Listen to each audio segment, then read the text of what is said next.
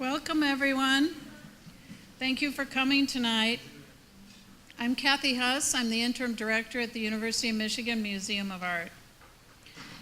Cosmogonic Tattoos, totally cool.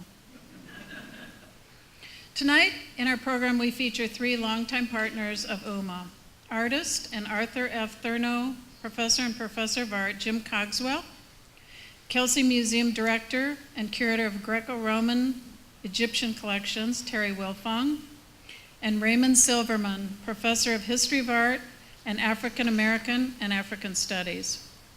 More information about Terry Wilfong shortly, and he will introduce our speakers tonight. In 2012, after a conversation with Terry Wilfong, Jim Cogswell, a longstanding friend, esteemed colleague, and a valued member of UMMA's executive committee, approached our former director, Joe Rosa, with an idea to activate the museum's commons on the northeast corner of the Frankel family wing while drawing upon the collection in an entirely unique and innovative way.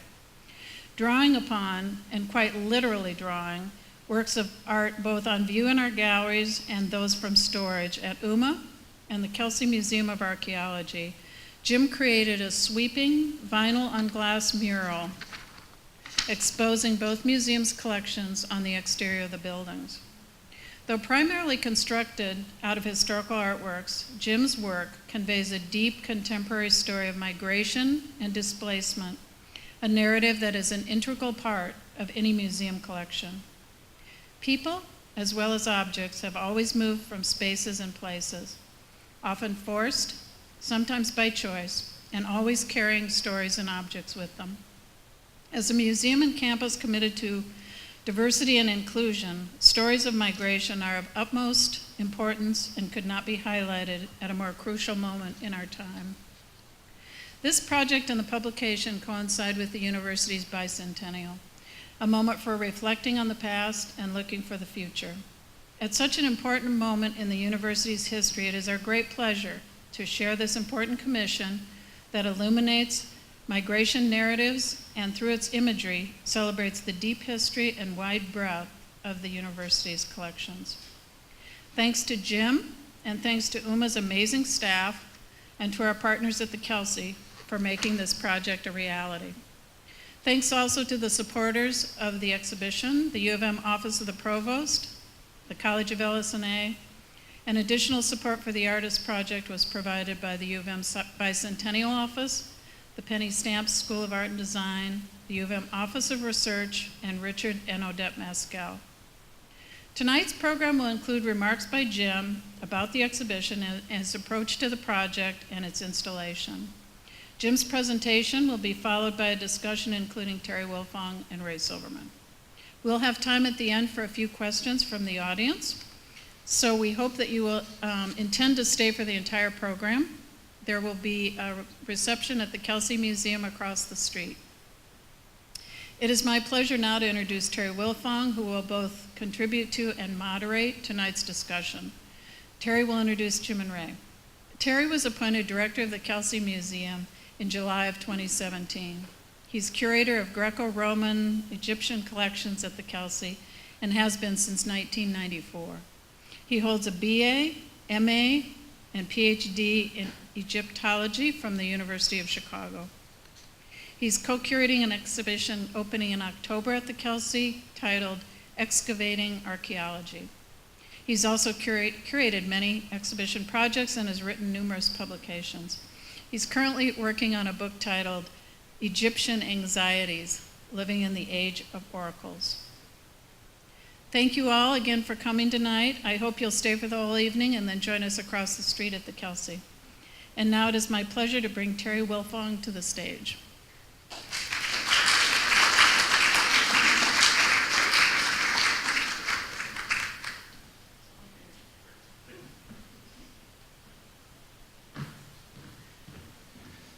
Thank you for that introduction, Kathy. As recently appointed director of the Kelsey Museum, I am pleased and honored to be speaking to you as part of the programming for Jim Cogswell's Cosmogonic Tattoos, an installation and exhibition shared between the University of Michigan Museum of Art and the Kelsey Museum of Archaeology. I'd like to introduce our speakers for tonight. Ray Silverman is professor in the Department of the History of Art and Department of Afroamerican and African Studies here at the University of Michigan, as well as adjunct curator of African art here at the University of Michigan Museum of Art.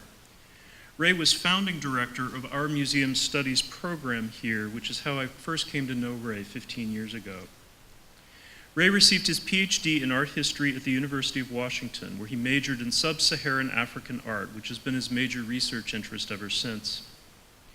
Ray came to the University of Michigan in 2002, before which he was at Michigan State University, where he started in 1988, and where he was founding director of MSU's Museum Studies program. We see a pattern here. Ray also taught and curated at a number of institutions in the US and Canada. He has lectured, consulted, and published widely. His recent books include the edited volume, Museum as Process, Translating Global and Local Knowledge, as well as the wonderful book he co-authored with Preeta Meyer, African Art and the Shape of Time, about the UMMA collection of African art, and I encourage you to check this book out in the UMMA gift shop. Ray's research focuses broadly on the visual cultures of sub-Saharan Africa and Muslim societies, as well as art and religion and this history of museums. Ray has worked widely across African cultures, but has a special interest in art and museums in Ethiopia and Ghana. Ray and I are here, of course, to discuss the work of Jim Cogswell, and it's my great privilege to introduce Jim to you now. For many of you, of course, Jim needs no introduction, but I will do my best. Jim Cogswell is an internationally recognized and celebrated artist who works in many media.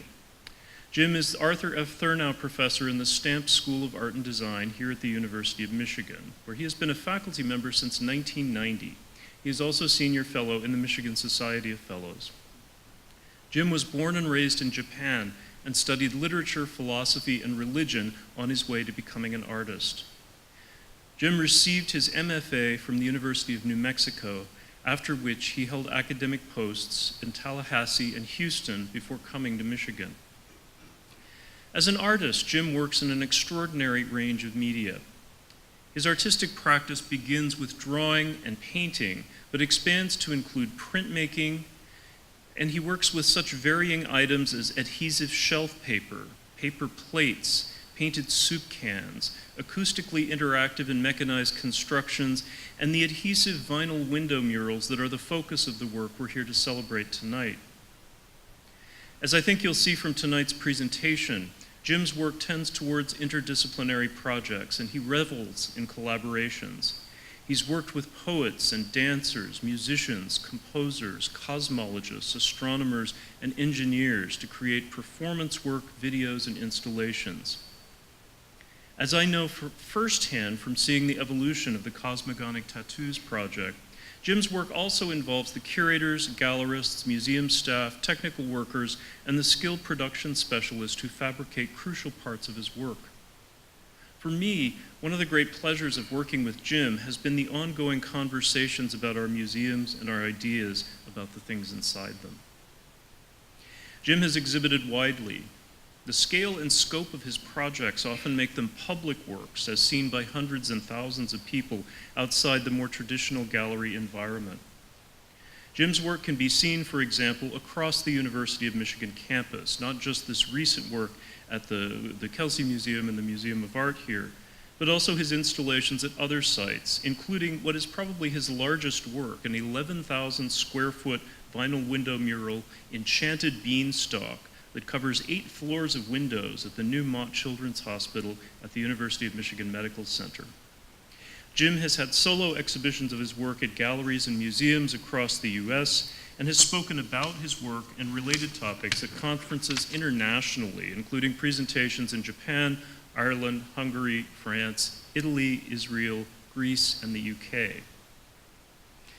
So as Kathy said, the format of tonight's event is as follows. Jim will speak to us about his work, and then Ray and I will engage Jim in a dialogue about the work and our thoughts on it, and will then invite questions from the audience until 8 p.m.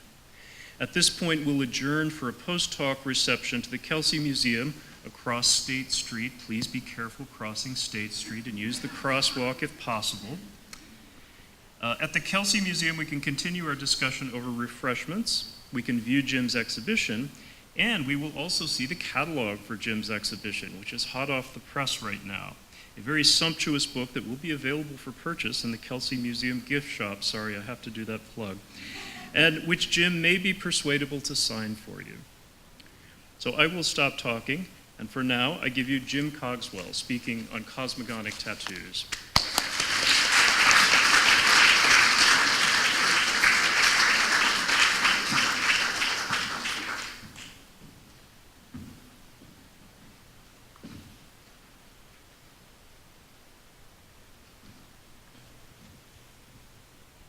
Thank you, Terry. Thank you, Kathy.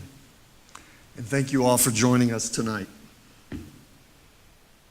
Silhouette, silhouette, silhouette, silhouette, silhouette, silhouette, whoa. Silhouette, silhouette, silhouette, silhouette, silhouette, silhouette, whoa. I could never have done this project alone. That would be neither humanly possible nor desirable. It is, after all, an exploration of humans constructing a world together. There are too many people to thank here individually, but I must acknowledge the brilliant work of my colleague, Frank Nuno Puerco.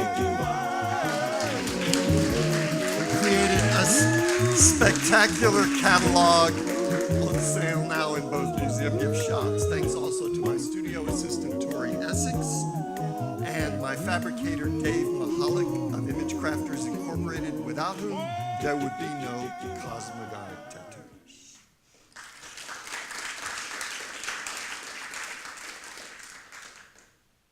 As an artist, I live to make things, especially through the forming of materials with my own hands, in the tangible physical space within which I experience my own body and which I understand myself to inhabit. I use making as a form of thinking. Making for me is a way of learning about the world and a way of learning about myself, a way of situating myself in the world among others. My making is essentially an investigative practice. What I make is the residue.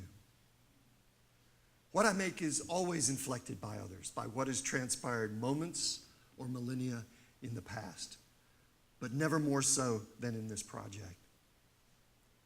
This is a project about making, about what happens to what has been made and what making might mean in human culture. In celebration of the university's Bicentennial this year, I was invited by UMMA and the Kelsey Museum of Archaeology to create a set of vinyl installations in response to the objects in their collections. Titled Cosmogonic Tattoos, as you know by now, I feel that my project serves to highlight the role of these museums in our campus community. Cosmogonies are our explanation for how our world came to be. They reflect our assumptions about the fundamental nature of the universe. They inflect our values and help determine how we behave in the world, how we think of who we are as a species, as a society, and as individuals. Through collection, curation, and display, our museums narrate the objects they contain to also make statements about who we think we are. I'm tattooing the exteriors of these two museums, ornamenting their architectural skins with images of what is found inside, reframing the stories they tell about who we are and how we came to be who we are.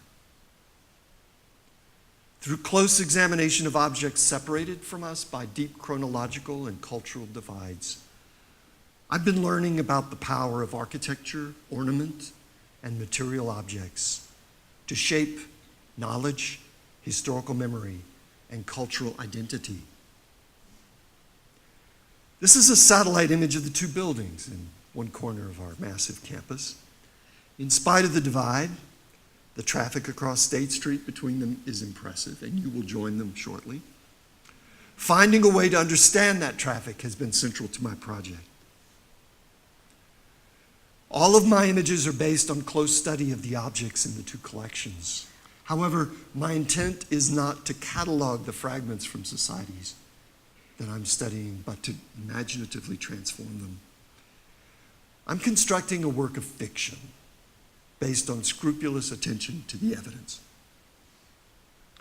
As my knowledge of these objects has deepened, I've altered their narratives by recontextualizing them, molding them to new constraints, responding to what viewers experience from the exterior when walking past the windows and from within when looking out. The play of light joining interior to exterior, the framing and layering of forms, reflections, and views, from the constructed rhetorical space of exhibition halls to exterior campus landscapes.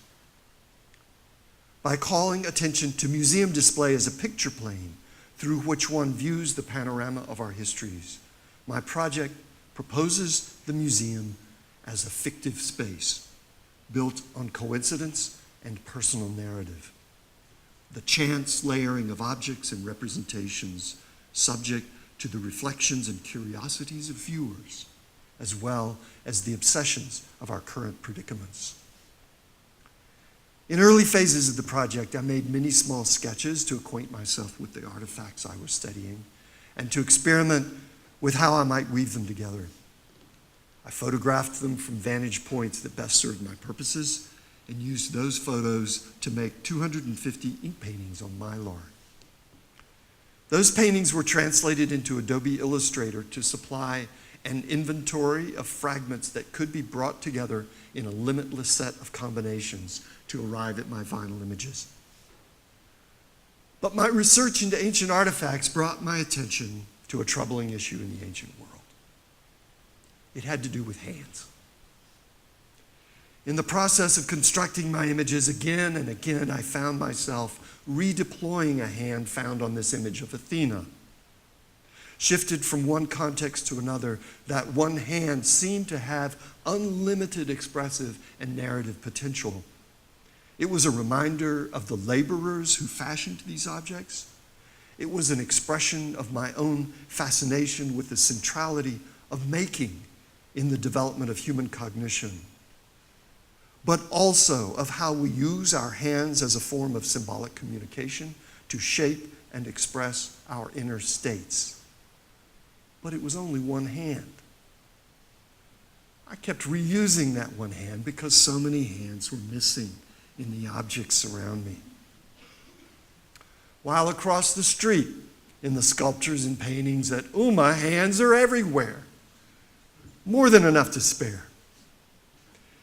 In those paintings and sculptures, hands are central to narrating abstract concepts, the dynamics of human relationships, and the identities of depicted figures.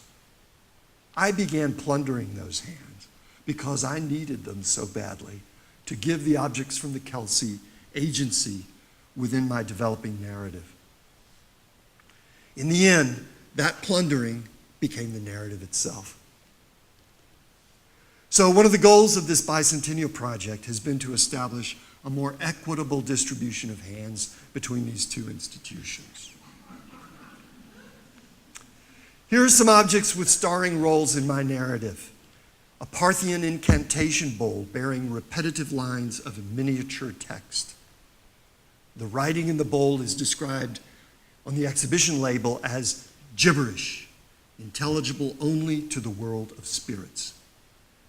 Two charming demons chained by lines of indecipherable writing. They have proliferated on the windows and are now being beamed with their incomprehensible messages from one museum to the other.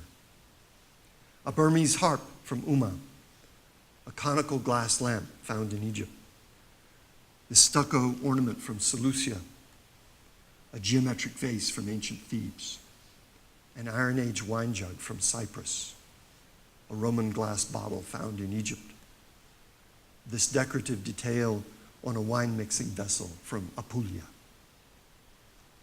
I combined multiple fragments from my paintings to generate final images for the windows. The image in the upper right was assembled from digitized versions of each of the paintings pictured around the edge. A procession combining figures from the Kelsey and hands from UMMA. The couple on the right are the kind that talk with their hands. Theirs are borrowed from Athena, the goddess of wisdom, we always hope. My architectural fantasies follow an ancient practice, the practice of spolia, recycling the past by repurposing stone and ornament for new monuments. Curators narrate these objects through a given set of organizational strategies. I'm narrating them through another, using reorganization as a tool for opening their fragmentary narratives to the imaginations of viewers. But my installation is shaped as much by the architectural environment of these buildings as it is by the objects within. For example, each of these vertical windows on the north side of UMMA is set within a shallow niche. Because of the vertical ribbing, and overall perspective is impossible. So this facade is designed like a flip book, a sequence of frames that can be experienced in short bursts of attention and visibility.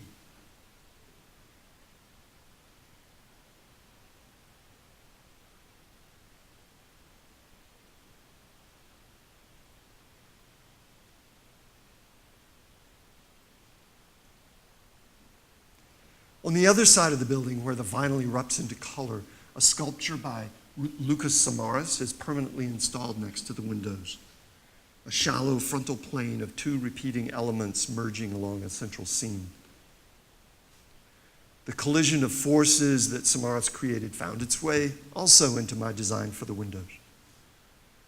The furniture is a dominating presence in and around the Commons, a very important part of its busy life. So I used that ocean of tables to establish a sea level, a horizon line between the near and the far, a surface to sail, to sweep across, or sink beneath. The massive block of the Frankel wing is elegantly suspended above the open space of the Commons with no visible support at its outside corner.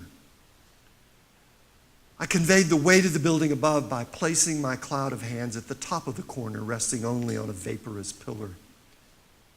History teetering on the point of a triangle. The deep overhang around the Commons suggests that the windows don't define the boundary of the building so much as a theater flat, dropped into place on an outdoor stage. A plane down which objects from the building above are sliding into view, leaching out from the galleries to the surface of the museum.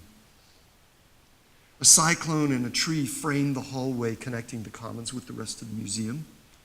From the outside, a line of figures appears to move up the corridor into the interior of the building. From inside, they move into the campus landscape toward the graduate library. Where are they going? What are they looking for? So here's a story. It's not the right story or even the only story, but a story that helped me make sense of what I was doing as I worked on this project. Origins, Cosmogonic Tattoos, the birth of time and space, the one at the moment of breaking apart into the many. To describe that moment, I recruited the maker of this 3,000-year-old wine jug from Cyprus. Brushstrokes from that jug form a force field holding everything that is and ever will be within its net. An image prompted by hours staring at this computer simulation showing the distribution of dark matter in the universe. That field separates into angles and arcs, heaven and earth, dry land and water, based on the grammar of forms taken from this architectural fragment. Light and order flood into the open space of the Commons through the incantations mapped out on this vessel 3,000 years ago. The human hands, whose work I have borrowed, have long since returned to cosmic dust. Beginning here, transmissions are beamed from tower to tower along the sides of both museum buildings.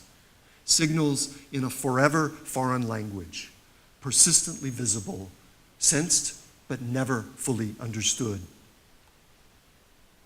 A colossal head straddles the glass doorway facing the courtyard, cousin to a Yoruba mask from Nigeria in the museum galleries above. Igungun, the collective voice of the ancestors. My vinyl head has been assembled using fragments from the ancient Mediterranean world. Who is the colonizer? Maybe me. Who is being colonized? I don't know how to answer that question.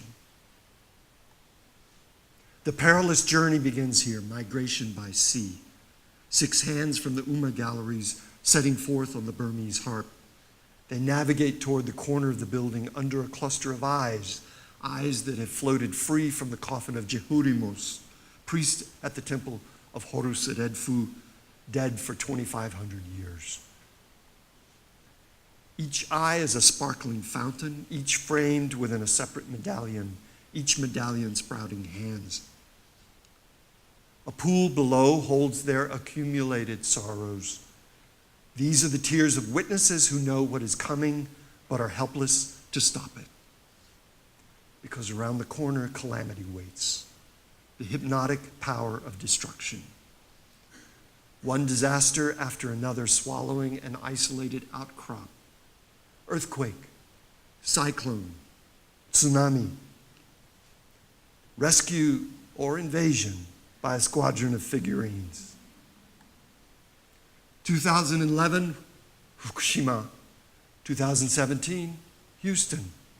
2023, New York. Out of sight, the constant changing of the earth. Plates buckling, winds shifting, water racing and gathering into moving walls that sweep before them the sediment of human history.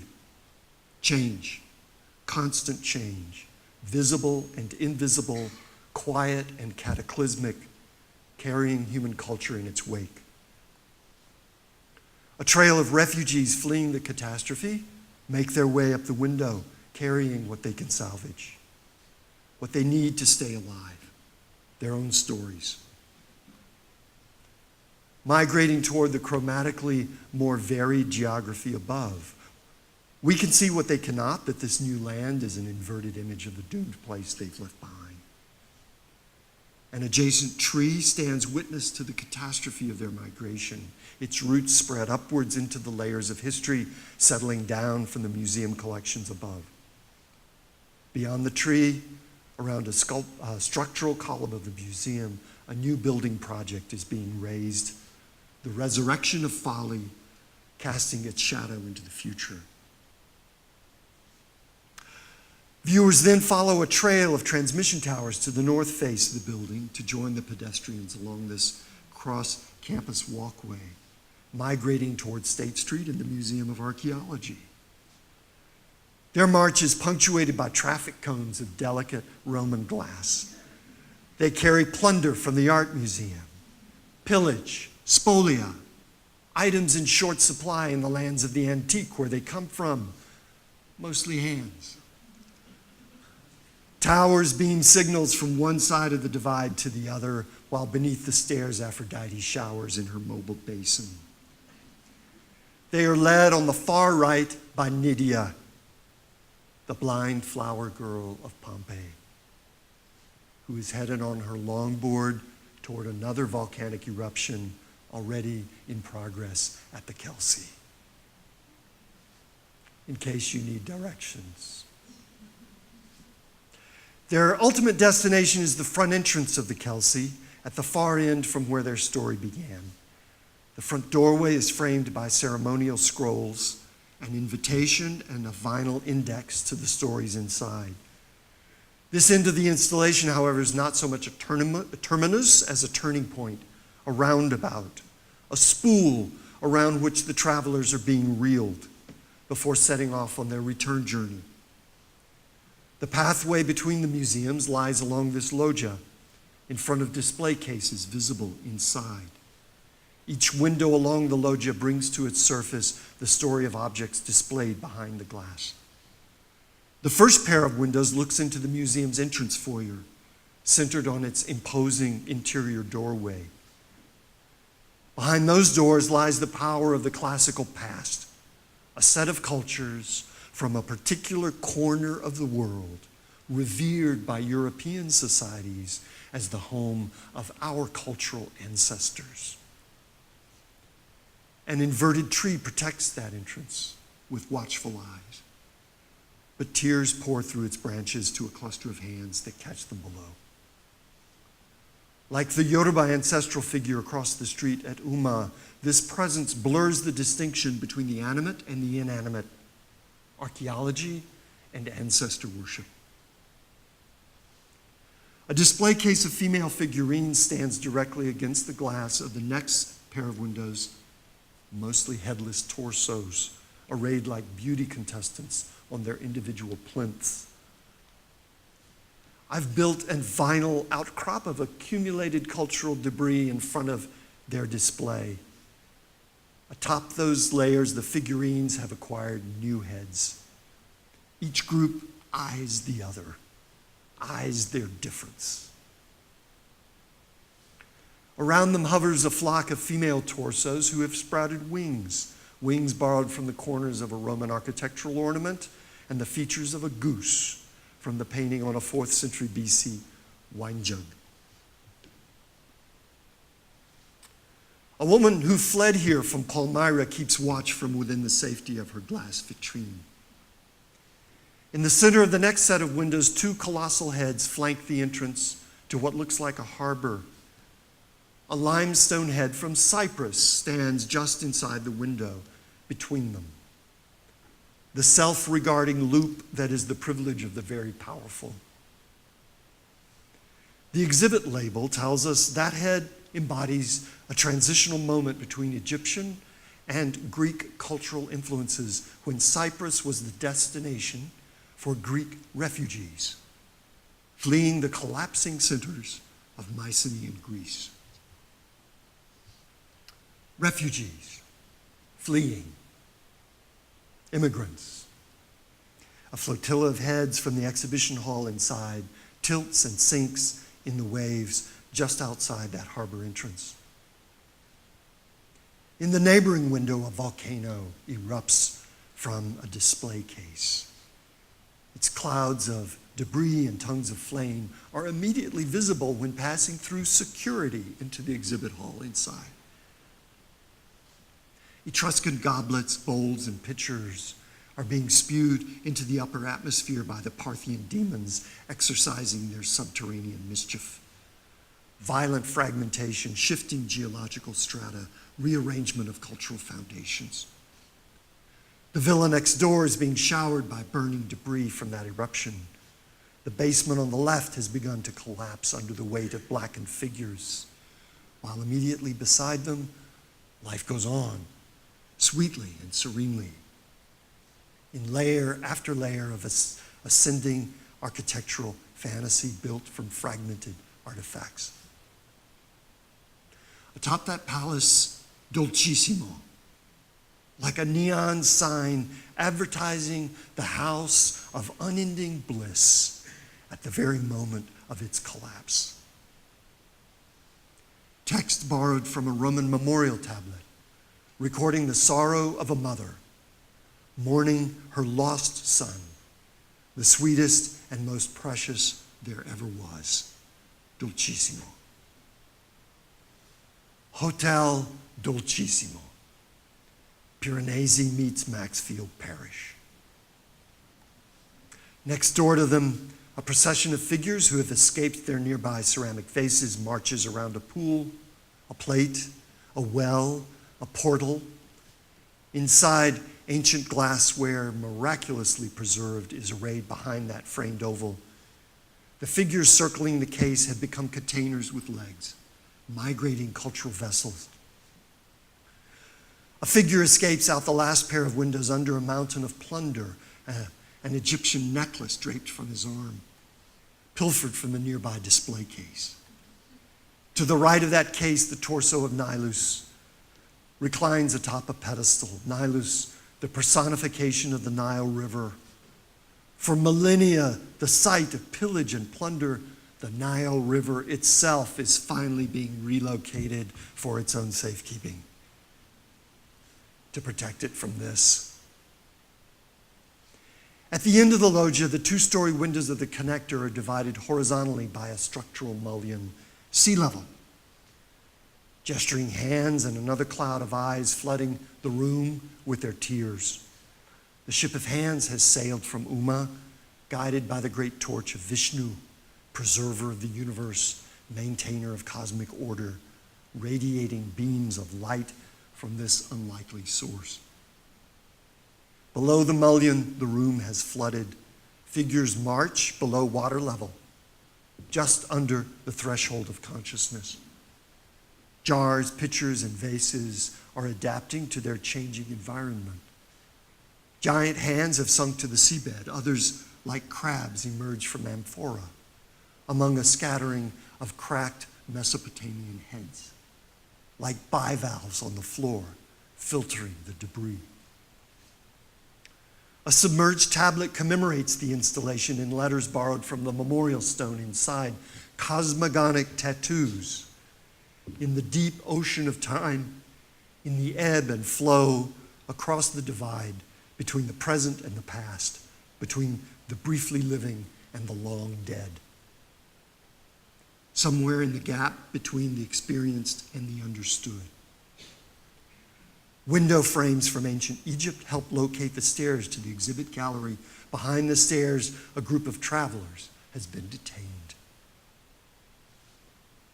The signal reception here is strong, though the messages themselves are incomprehensible. At the top of the stairs, visitors are invited to the exhibition gallery inside. Or if they've already visited the exhibit, they are directed to the gift shop, joining other travelers on their way back towards State Street and across the divide. And that divide matters because although Cosmogonic Tattoos spans 2 museums, it's intended as a single, continuously unfolding narrative that includes the gap between the 2 buildings. I want that gap to speak to you as it spoke to me about distance, movement, migration, sagas of trade, conquest, appropriation, and plunder. Hands changing hands, shaping histories we tell ourselves in order to somehow comprehend it all. So that's the story that makes sense to me, or one of them. I hope you have yours. Silhouette, silhouette, silhouette, silhouette, silhouette, whoa. Thank you all for coming and exiting through the gift shop. Silhouette, whoa.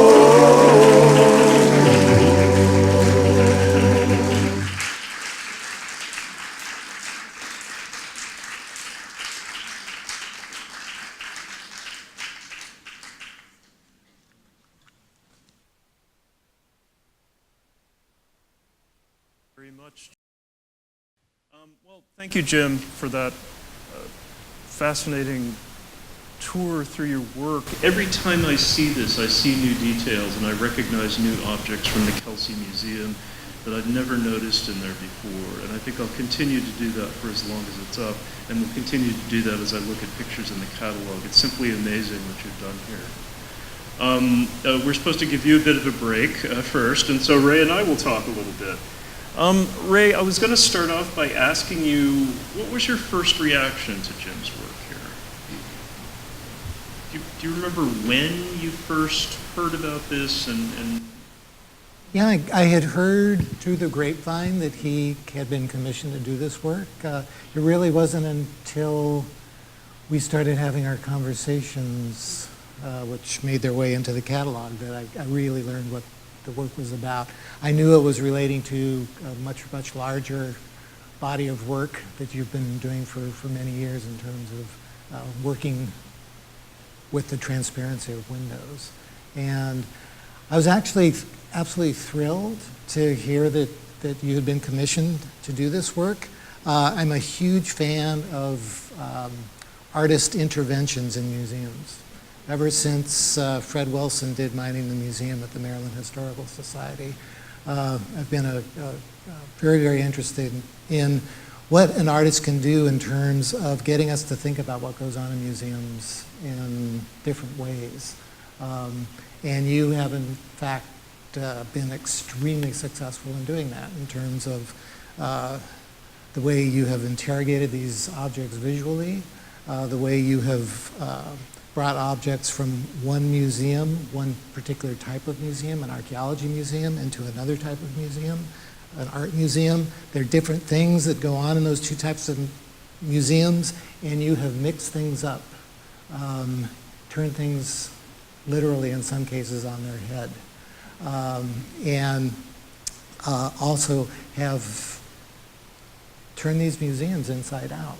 And ultimately what that leads to, for someone who is going to invest some time in engaging your work, is it's going to get people to think differently about what is going on inside these museums. So was very excited to hear you were going to do this, and I was even more excited when I actually saw the result. It required an education that I got from both of you and others.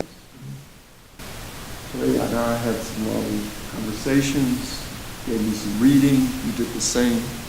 That made a big difference. And I'm trying to remember, Jim, when we first talked about this project, it was in connection with some of the MFA student exhibits that we've been doing at the Kelsey Museum, and I got the impression that Jim was feeling like, hey, why can't faculty do this too, you know, and so that was... How do they have all the fun? How do they get to have all the fun? And of course, we have this wonderful space in the Kelsey, and we really found ourselves enjoying having contemporary artists engage with our collection and try to tell us new things and show us new things. So this seemed like a natural collaboration. I'm just not sure why it didn't happen earlier. I guess the time wasn't quite right, I don't know, but it all came together in such an amazingly coherent way. Well, the conversation started 5 years ago, but I'm glad that in the end it coincided with the Bicentennial. It gave it another kind of resonance. And I think that helped kind of pull it through the last stages of development maybe, and that maybe, if I'm remembering correctly, that kind of helped solidify the connection between the two museums. Let's be frank, it also made some funding available. We're all in favor of it, but as I recall, that the conversations around the Bicentennial were sort of about bringing the two museums together. And I think that's fantastic. You know, we've had a number of great collaborations with the Art Museum, and this is, I think, the best one yet, but not the last. So, Jim, I have a question for you, which has been troubling me ever since we first kind of settled on the format. You have created this beautiful work on the windows of our museum and on the Museum of Art that is going to go away. So it is a time-limited work of art that will disappear and will only exist in this wonderful catalog. How do you feel about that as an artist? It would break my heart. It would kill me, I think, if I spent so much time working on something so involving and so time-consuming. I'm sorry if this is... If I break down, that's right. It's okay, you can cry. I've done enough of these that I'm accustomed to that. It seems somehow appropriate for this project, especially in the archaeological context. You and I, in one of our earliest conversations, were talking about the presence of the dead. It came up several times in my talk. Transience. That's one of the things that happens to you when you're in an archaeology museum. You feel the passing of time, most often at the level of societies that are no longer, that have collapsed, and only their remains are left. And of course, we're reminded often that our society will not last forever. It's hard to wrap our heads around that.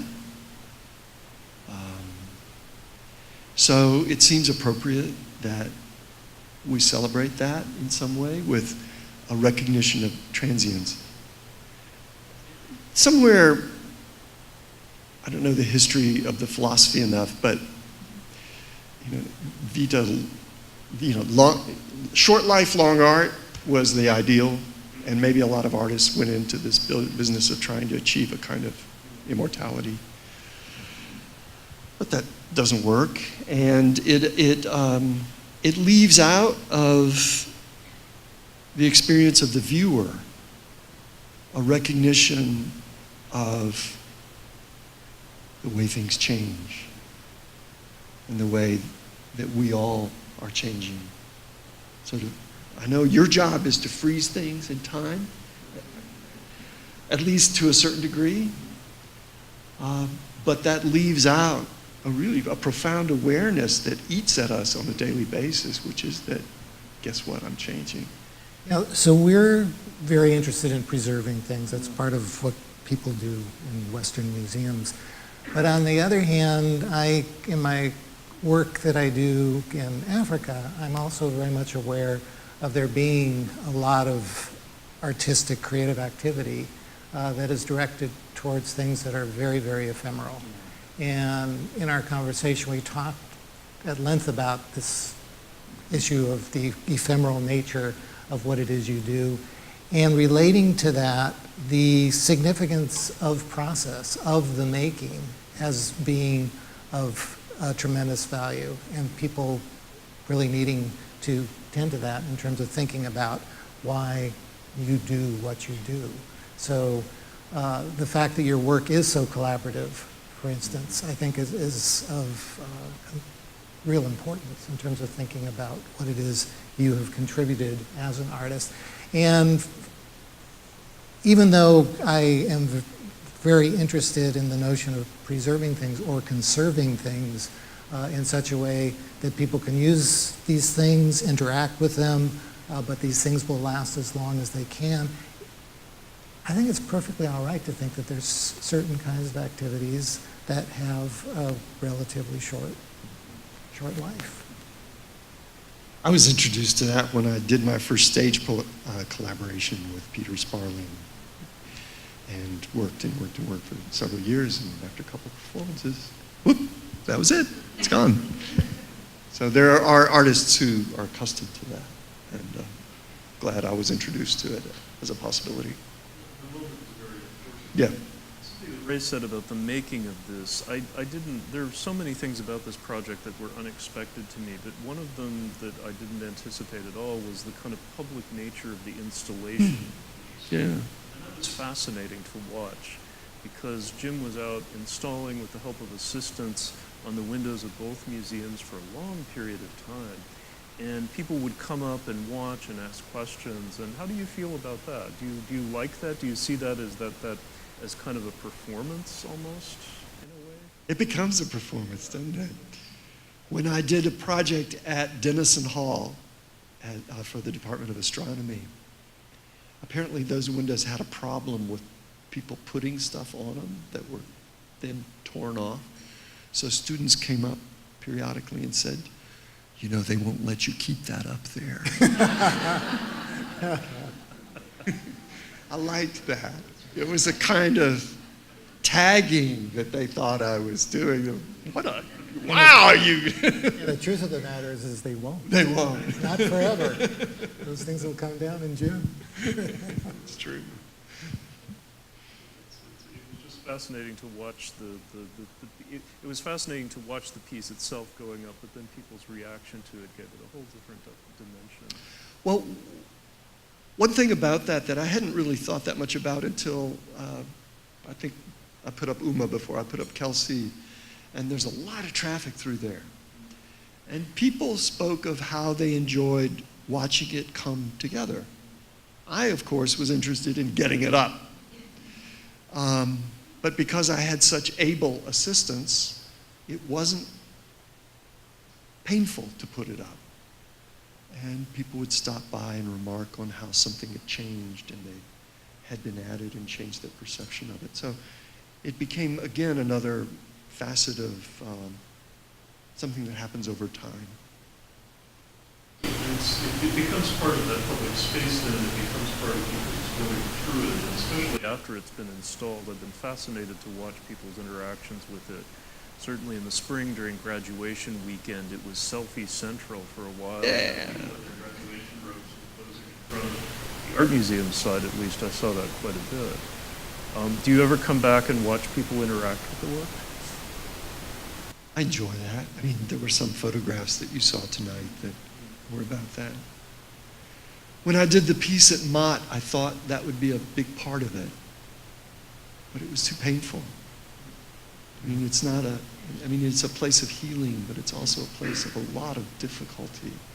And I do go in occasionally to see it, taking a visitor or so. It's a hard thing. This is part of a really busy daily life, and people who encounter it many of them don't intend to encounter it. And I like that. Terry, I have a question for you. I wonder if you or any of your colleagues at the Kelsey experienced any anxiety about somebody coming in and messing with your stuff. I should get indignant and say, "Oh, I don't know what he's doing with that," but no, I think we were unanimously open to the idea. We wanted Jim to come in and do things. It's been interesting to me to think about what Jim has done, because in a way it's totally subverting what I do as a curator. So in some ways I'm kind of a jailer of artifacts. I imprison them in vitrines and I affix them to pedestals. Jim has liberated them and set them free, so they're running wild all over the place and they're having a good time. But for me it's a mixed thing, because they're running around and they're enjoying it, but they're also coming into danger, and that kind of highlights part of what we do at the museum is we protect these things. These cases are there for a reason, and they keep the objects safe, the pedestals keep the things safe, so we like to tell ourselves. And once they're set free, they run into danger, and there are floods and there are natural disasters and things that they're subject to. And it also, to me, dramatizes some of the processes by which these objects came to museums. And that's something I hadn't thought about in quite the same way until this work came up. Very few, if any, of the artifacts in the Kelsey Museum have been continually in public view since they were made a few thousand years ago. Typically they're made, they're used, or they're admired, and then they disappear, and they have a long period of dormancy. Then they are excavated, or they're looted, or they're brought up, or they're stolen, or they're plundered, and then they come back into our consciousness. And this process by which this happens is something that I think your work, that may not be part of the intention. With so much of this work, it's what you see in it, but that's part of what I see in that, is that this process of how artifacts come to the museum is kind of dramatized. And I could hear them crying. yeah, I can too. Now I can. Yeah, it's hard for me to go into the galleries sometimes now. They've been through a lot, Terry. We have over 100,000 objects in the Kelsey Museum. Average age is about 2,000 years. That's a tiny fraction of the number of things that was actually produced in the cultures from which they come. So these are the survivors that have lasted this amount of time and have managed to wind up in Ann Arbor through some circuitous path. Mostly legal. Mostly legal. From the Kelsey Museum, our collection, thank goodness, is mostly excavated material, but during the period when Jim's installation was going in and we were talking about this, we did discover one piece in our collection that had been looted from the Berlin Museum during World War II when the museum was partly destroyed. It had been donated to us in the 1980s, and this was we actually had to repatriate something during the process, so that was something that made me think about this, is that, yeah, these objects don't always come to us in the most straightforward way, and we have to deal with that when it comes to our attention. Another question for you, Jim. So you're an artist, you're a visual artist. Part of your process was to look closely at these objects, to draw them, study them. But you're also an artist who reads a lot and thinks a lot, talks to a lot of eggheads. Try to talk to smart people. Yeah. And how much does the content, the knowledge that is associated with these objects, the stuff you read on the labels in the museum, how much does that enter into your thinking and your process for creating what you've done in Cosmogonic Tattoos? I'm accustomed to bringing painting students and drawing students to the Museum of Art on a regular basis. And because I've painted figuratively for some years, we talk about the figure paintings, the figure sculptures. So the importance of hands, for example, is not foreign to me. Hands are so hard to paint and draw. And it's interesting to get people to think about how important hands are to narration.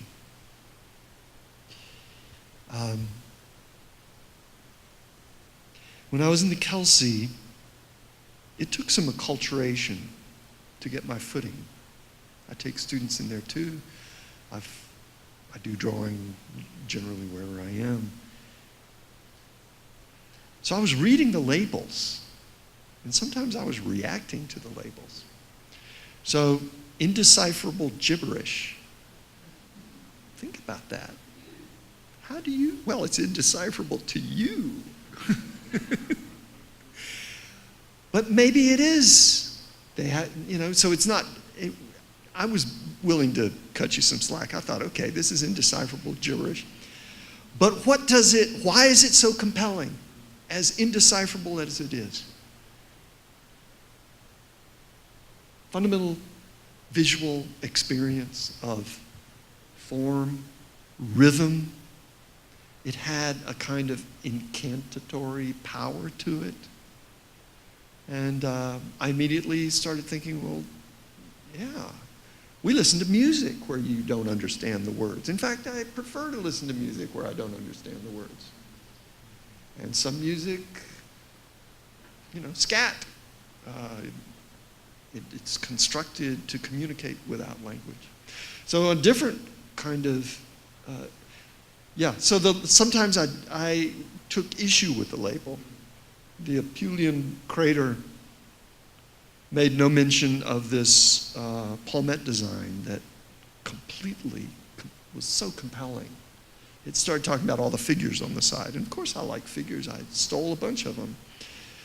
But the palmette design was so hard for me to draw.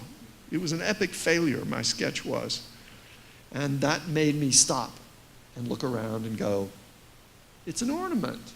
I'm just impatient with the fact that it's not significant. Wait a minute. This whole place is full of ornament. Full of ornament. What am I doing? I'm ornamenting the windows. We've got a problem with ornament in our society.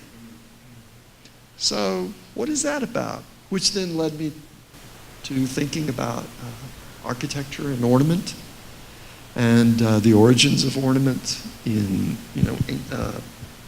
Paleolithic scratching on antlers and walls and such, and what that might have been about, what we get. So it's a kind of a trail, right? You start with something concrete, maybe react to some language. You gave me great books to read about pillage and plunder. You gave me great books to read about the role of museums and how it's being questioned. All those conversations were essential. It was interesting to me that you were very receptive about things to read, but when I tried to draw your attention to favorite objects that I wanted you to incorporate in your work, nothing. But it was all about what you were drawn to there, and all the reading was to help understand that. Terry, you already got a chance at it, You go do your drawings. There were a few things that I just relentlessly pushed at you, I remember, and you just weren't having any of it. God, I don't remember it. But that's been part of the fascination, are the things that you selected and the things that you highlighted. It's just fascinating to see the collection through your eyes.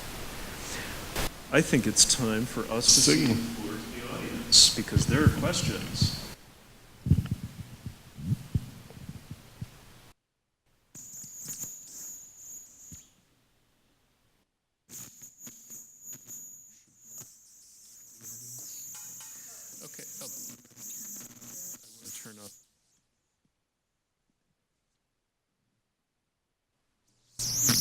Okay, who would like to speak? Okay, Elaine Costa. Yes, thank you so much, Jim. That was a marvelous talk, so engaging, and I felt like I was in another space altogether. And what a wonderful show. I guess I first want to ask you, who is going to take it down, and what kind of a process is that going to be? Are you volunteering to help? Well, I don't think so, but I could be persuaded. I'm looking for an army of stamps undergraduates, so maybe it's going to come down, fortunately, in the warm weather rather than the cold weather. So it's been extended to May and June. And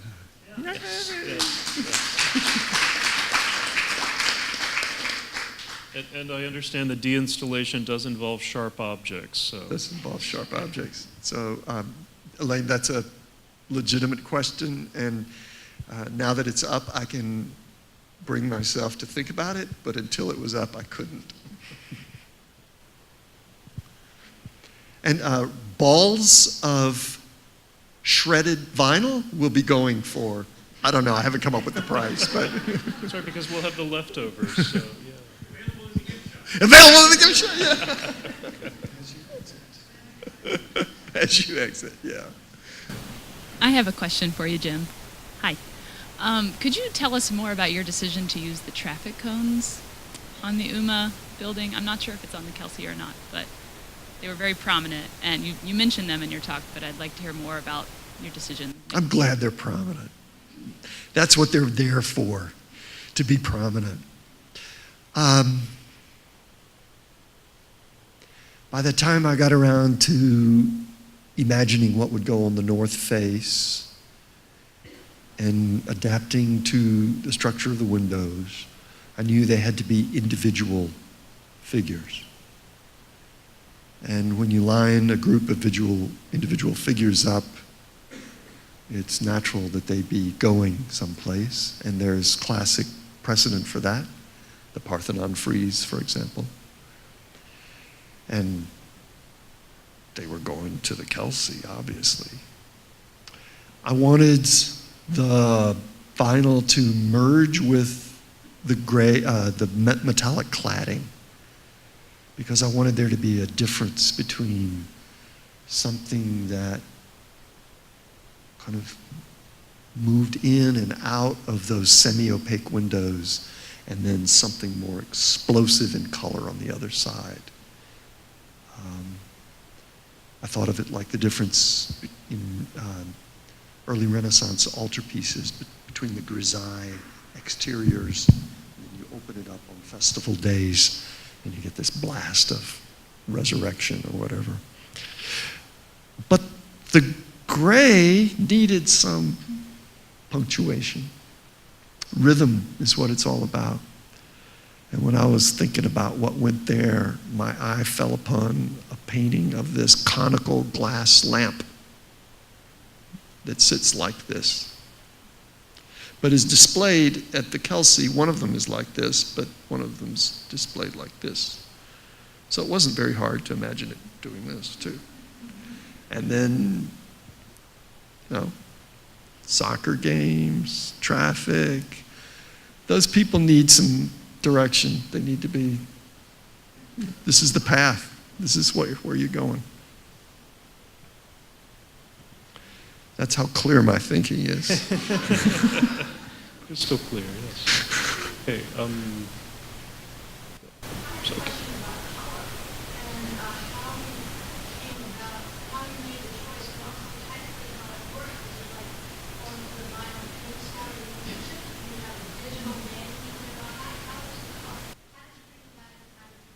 Okay, this is a great opportunity to embarrass somebody.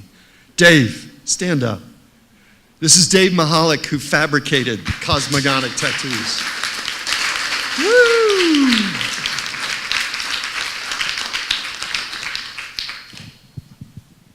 There are a specific, a fixed number of colors that are available in vinyl. It's a palette. And with the help of a student assistant several years ago, some of my best ideas come from the students I work with. He devised a digital version of what each of those colors look like. The vinyl comes in a roll that is only one color. So what Dave has done is cut it out and then, get this, picked out all the negative spaces with a razor blade. So, and then masking it so that it's prepped for me to take over and put it up.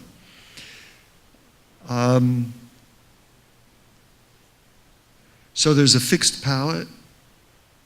I'm working with a digital representation of that fixed palette. But I'm running over to Dave every now and again and saying, give me another sample of this color. Oh, it doesn't look like that at all. And trying to figure out. I could make this answer just go on forever and ever, but one of the limitations is that each color has to be put up separately with something this intricate. So only a madman would overuse too many colors in order to install it within a given period of time. In previous projects, Dave, at the hospital, Dave would pre-mount through some miraculous process. He would take, if I had a shape that was made of 8, 10 different colors, he could get them all on one piece of masking and put them up. But they were strong geometric shapes, and he wasn't about to try that with the stuff that I put up here. I mean, he's crazy, but not that crazy. And I couldn't afford to pay him to do it. Does that help, Ann? Hi, thank you so much. My question is actually about the decision for the name of your art that you chose. So you did a great job explaining the cosmogonic in your presentation, but I was curious about the choice of the word tattoos. It made me think of buildings as bodies, so I was wondering if you could talk a little bit about the decision behind that word. I think the association of building and body is a great one. I'm going to take you on a brief literary journey. How many of you have read Moby Dick? You remember Queequeg? Queequeg is the harpoonist from some unspecified South Sea island, and his body is covered with tattoos. At somewhere in chapter 184, he falls deathly ill, and in preparation for his own death, the carpenter builds his coffin, and he is in the process of carving his tattoos onto his coffin. Not only is that a powerful image, but the language that Melville uses to describe it just gives me shivers when I read it. That's, so Melville describes it as all the secrets of the heaven and earth are on his skin, but it's unreadable to him, though his own live heart beat against it. Whew. So that's where part of the tattoo comes from, and I'm going to take you one step further. In the early 20th century, there was a Viennese architect by the name of Adolf Loos who wrote an essay about banning ornament from modern architecture. And he uses the image of tattoos. He says, it's like tattooing your building. Tattoos, ornament is for children and Papuan natives, tattooed Papuan natives. And I went, you're right, it is. It's for Queequeg. Queequeg's my guy. So I had an argument with Adolf Loos, and that became part of it. And the Cosmogonic came about because I was working on a project with someone else that's sitting here in the audience, Greg Tarley, who is a cosmologist from our physics department. And it was Jeweled Net of the Vast Invisible, visualization of the distribution of dark matter in the universe. So if you hang out with cosmologists very long, it kind of gets to you.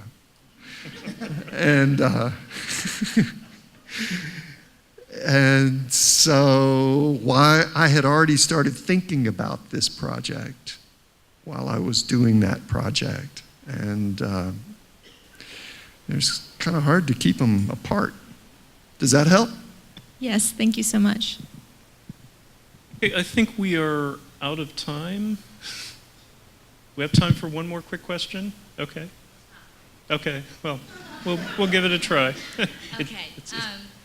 So you obviously were sitting in a museum full of objects. You used those objects to create a story, and as you said, like, you gave those objects life, you gave them wings, you had them moving through various stories, but they're still just, at the end of the day, objects that we have made and that we use. So I was wondering what you, as an artist who've spent a lot of time with objects, what do you think our objects tell us about ourselves, and what don't they? Yeah. But 2 minutes, in 2 minutes. Quick answer. Okay, here's something I can say to that, because I've practiced saying it to myself. These objects, many of them, especially at the Kelsey, are utterly incomprehensible to me. Utterly. I can name the material. I cannot begin to imagine how most of them were used, even an ordinary thing like a broom. I look at that broom and I go, I know what a broom's for. I can imagine how it was used. What was the person thinking while they were using it? How was the act of using a broom like this in whatever environment he or she was in? And a broom is something that's easy to identify with, but how about all these other things? So I think I went into this project, Terry. It shifted my understanding of how we apprehend objects. In art museums, I like to think that we have, no matter what knowledge we bring with us, that there is a thing there. And it can speak to you through what is available to your senses. And it may not be exactly what the artist thought, but it still can speak to you. And it takes a certain amount of literacy to get better at hearing objects speak to you. It doesn't come quickly or easily. You work at it. But when I went to the Kelsey and tried to apply that, it didn't always work. I would run up against that gap, the divide. And that's really where the divide came from. So your question is very appropriate. There's a divide there.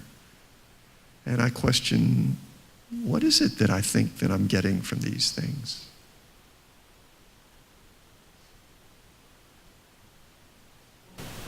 Thank you. I'm sorry to interrupt.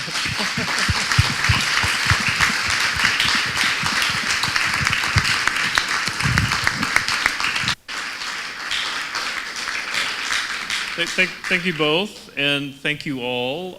We will now adjourn to the Kelsey, where we can have a continued conversation with Jim. Please be careful crossing State Street, and I will see you over there, so thanks a lot.